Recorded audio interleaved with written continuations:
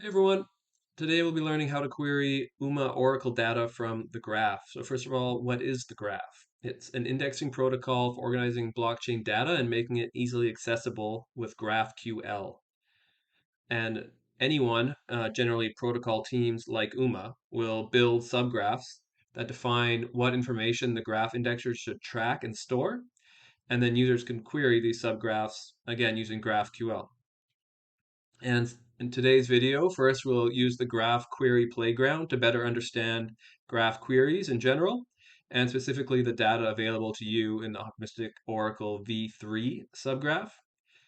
And then we'll set up a quick and easy query in an example Dapp. And to do that, I'll be using Create React App to set up a quick client-side web app, and we'll use URQL to make quick and easy queries to the graph. So check out the links below for more information and for links used in the video, and let's dive in. So I'll start out in the UMA subgraph GitHub repo, and this has links to all of UMA's subgraphs. And so I'll scroll down to optimistic Oracle v3 and hit the mainnet link. So this will open up the OOV3 subgraph. You have some info up top here, and then below we have the playground where we can make queries on the left in GraphQL. And when you hit the play button, it'll refresh and show the data that's output by the query. So um, you can just play around with your queries. You'll see the ID and the assertion ID are the same in this subgraph, so I'll delete out the ID. The domain ID is kind of an advanced Oracle setting that's generally blank, so I'll delete that out. And then you can hit play and it'll refresh the data that's displayed. And so these are all assertions that have been made to the Oracle, and then we're getting the assertion ID and claim. And you'll see in the query, it's only displaying the first five, but that's not necessarily the most recent. So you can adjust your query to order the assertions by the assertion timestamp so that you can get the most recent. Um, and an actual easier way to adjust your query rather than adjusting this code on the left is to hit this file icon and then use this Explorer menu to adjust your query. So I'm going to add the order by filter, and I'm going to order it by the assertion timestamp, and I'll do the order direction to be descending. And so when I hit play now, well, first of all, you can see the filters being added to our query here, and we now have the most recent assertions made to the Oracle. And I guess just to prove that out, I can turn on the assertion timestamps. And I'm going to turn off the claims because some of the claims are quite long. This will just be easier to look through. And so you can see all the assertion timestamps are descending, so we have our most recent up top. And then let's do one other filter just to get some more practice with this. Why don't we add the resolution, the settlement resolution. So I'll refresh that. And so now you can see most of the assertions have all been resolved to true, but there is one that's null. So basically this assertion has not been resolved yet. So let's say I want to get the five most recent assertions that have been resolved. So again, I'll use a filter to filter out all the null settlement resolutions. And so I'm going to use the where filter. So now we're going to be only showing assertions where whichever of these filters we use. And there's obviously a lot of these. So we're down to settlement resolution. And I think, yeah, so this settlement resolution is only going to let us filter by true and false, but we want to filter out null. So what I'm actually going to do is going to do settlement timestamps that are greater than 0. And so uh, assertions that haven't been settled, the timestamp will be empty, which will be 0. but assertions that have been settled will have a valid timestamp, and so that'll be greater than 0. So I'll do that, and that's gonna get rid of that assertion that had null settlement resolution, and then so we still have the 5 most recent assertions, but they've all been settled. And yeah, there's a lot of other different data that's available. All these purple fields are different pieces of data that are available on the assertion object, and then all these cyan fields are filters that are available for filtering your query. And so, yeah, there's lots of different use cases here that you can do, and this will be basically the query that we'll put into our uh, query in our Dapp to define what information we want from the graph.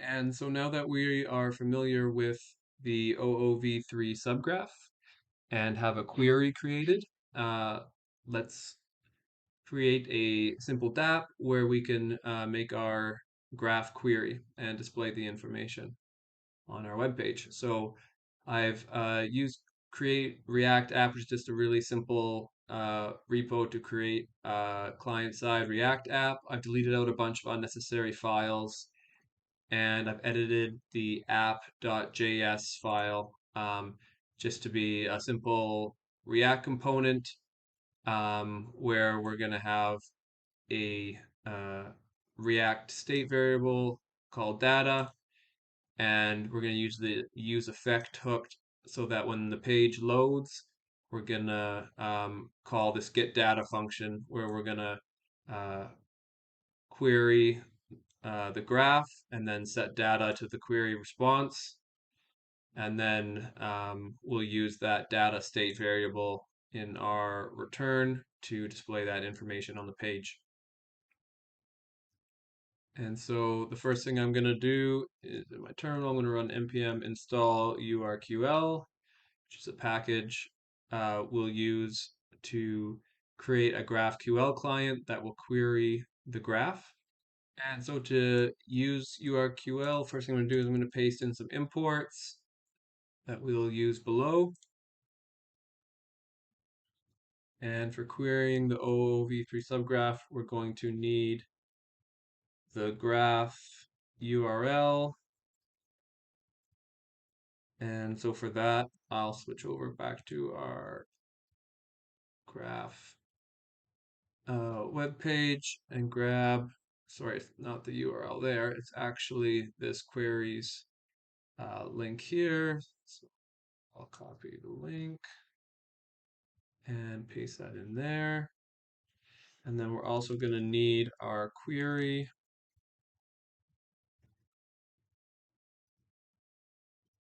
which I'll put in just as a string. And so I'll go back and I'm going to copy all this GraphQL code used for our query and paste it into a string.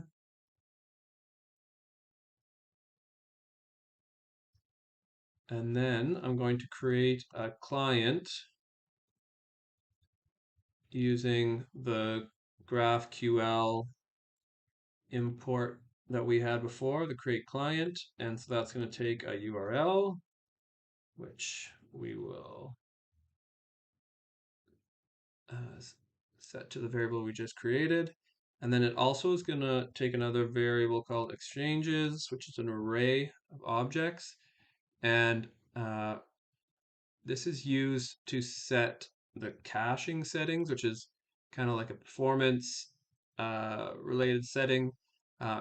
These are just some defaults I found in the URQL docs that need to be in here to make this query, but I'm not too concerned with performance in this because this is kind of like the quickest and easiest way to get set up. So if you're interested in that, you can read further on that. And so now that we have our client set up, let's actually make a query. And so I'm going to create a new variable called response and set it to client and the query method on the client we created. And in here, we'll pass the graph query variable we defined up above. And then for now, I'll just console log out the response. And so I will save that. And I will run npm start to start my local server so we can see that console logged out response.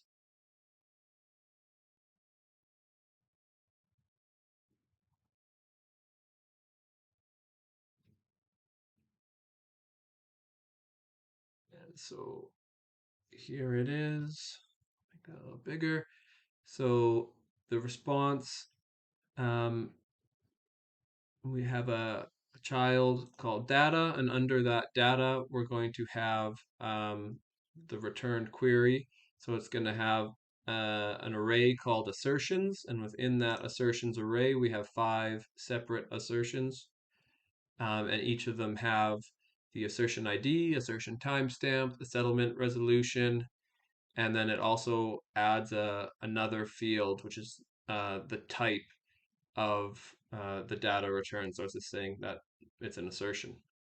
So now since we console logged out the response, obviously we have query response available in our Dapp, which is the main point of this video. But I will just uh, do the React and HTML and JSX code just to display it on my web page. But I'll just run through it pretty quick. So I'm going to use set data. I'm going to set that to response dot data. And then I'll just paste in some code I wrote earlier that will display the query response in a table. And so uh, if data exists and its child assertions exists on it, we're going to input a HTML table. And the first row is going to be our headings. And so we're going to take the keys of the first assertion in the assertions array. All the assertions have the same key, so it doesn't matter which one it is, but we're going to take the keys and we're going to map through them and create a new column for each key, with the key being the heading. So one heading will be assertion ID. And then after the headings, we're going to map through all the different assertions, and for each assertion, we're going to put in a new table cell with the value. And I've put the value into a string here so that the settlement resolution, which is a Boolean, like a true false, will be displayed as a string. And so when I save that and flip back to my browser, yeah, you'll see the table is displaying correctly. And we have our assertion ID, assertion timestamp, settlement resolution, and then just that extra type field as well.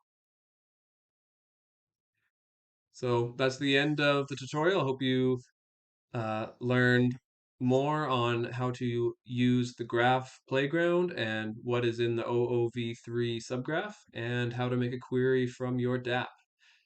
Check out the links below for more information. Thanks for following along.